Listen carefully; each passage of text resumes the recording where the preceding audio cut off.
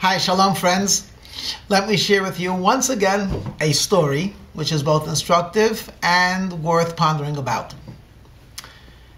They tell of a gentleman who was quite accomplished and seemed to have everything that a well-adjusted human being, American citizen, would like to have. He had a very good income. He had a very loyal, faithful, and pretty wife. He lived in a very nice neighborhood, drove a fine car, ate in nice restaurants, was in almost perfect health. I don't know about you, but when I hear a list of something like that, I say, wow, that's something to envy. I'm happy for him. I wish I had the same. Except something seemed to elude him, and that was he was somehow very dissatisfied and unhappy. And he made some discreet inquiries, and he was told that there's some very, very talented but very high-priced therapist in Manhattan, and he only deals with an exclusive clientele, but he knows people who could get him in. So he pulled the strings, meets with the therapist, who's actually a fine individual, and says, I want to take a little history before we begin to find out how it could be most helpful.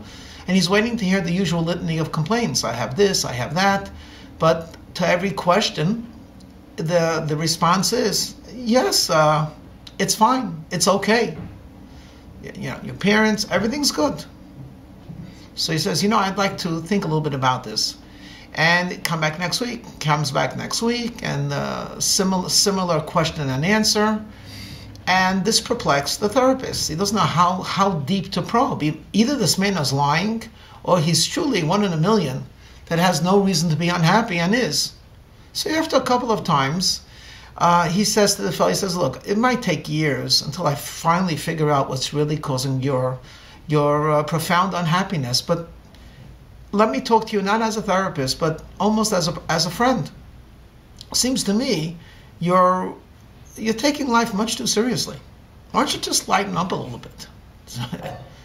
As a matter of fact, he says, kids have a very good insight into laughter. And I understand that the Barnum and Bailey Circus is in town. Go, you'll have a great time. Just go to the circus. Try and imagine yourself seeing the circus as a kid.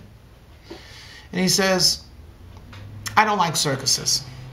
So the therapist says, okay. You don't have to like the circus, but in reality, I was actually thinking about one particular act. They say that there's an incredible clown. I mean, he comes out and his antics are they're so funny. The crowd just simply laughs. And he persists. He won't stop his performance until he has the crowd really going. So I think you should go to the clown act if you don't like the trapeze and lighten up. Says, no, it won't work. So the therapist looks at him. Is it because you don't like clowns? He says, no, actually I do like clowns. He says, so how do you know it won't work? And he looked him straight in the eye and he said, because I'm that clown. I've heard the story years ago, and I've never stopped thinking about it. About the fellow who makes the whole world laugh, but deep down is so unhappy himself. I walk down the street occasionally, and what we have, what's called a pub or a bar, or maybe just a place of relaxation, and I always smile when I see the sign. It says, happy hour, 5 to 7. And I think to myself, happy hour. I mean, why don't they extend it a little bit more? I mean, if you could be happy and they actually have the elixir, why 5 to 7? Why not 5 to 5? Oh, why not 24/7? Why not just say happy bar or happy pub? I've never heard of a happy hour. And on Tuesday, it's from 5 to 9. Come on. Happy hour? How about happiness? Happiness is a very, very serious thing. And it's something that we really desire. Of course, the mystery of all mysteries is, how do you possess it? Where do you buy it? Or can it be acquired? This is something that's a theme. I will return to this theme over and over. But let me substitute for a moment and say, if a person has what's called a good life, does that equal a happy life? Of course, it begs the question, how do you define a good life? Let me then insert a word. If a person has a meaningful life, however you interpret the word meaning, I think a meaningful life turns into actually a satisfying life. And as the rabbi said, Zehu Asher, who is wealthy, Hasamech Bechalkai, someone who's content. Someone who's essentially satisfied.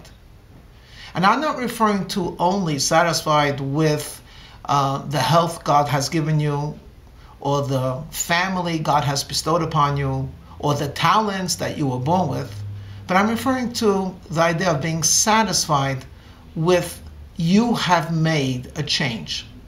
You have brought meaning not only into your life, but you've brought meaning into others as well.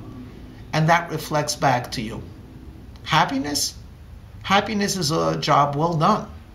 Happiness is being satisfied that I did what is right, what is correct, what is good, and I will add the word as a rabbi, what is holy and godly. So my friends, don't envy the clown. You don't know what the clown is actually feeling. But by all means, lighten up. By all means, try to extend your happiness, not by the hour, but even by the minute. And I suggest highly that we fill our life with meaning, which will lead again to contentment, satisfaction, happiness, and godliness. I wish you a life of meaning and a life of happiness. And if there's anything that I could do for you, please do not hesitate to email me. Shalom.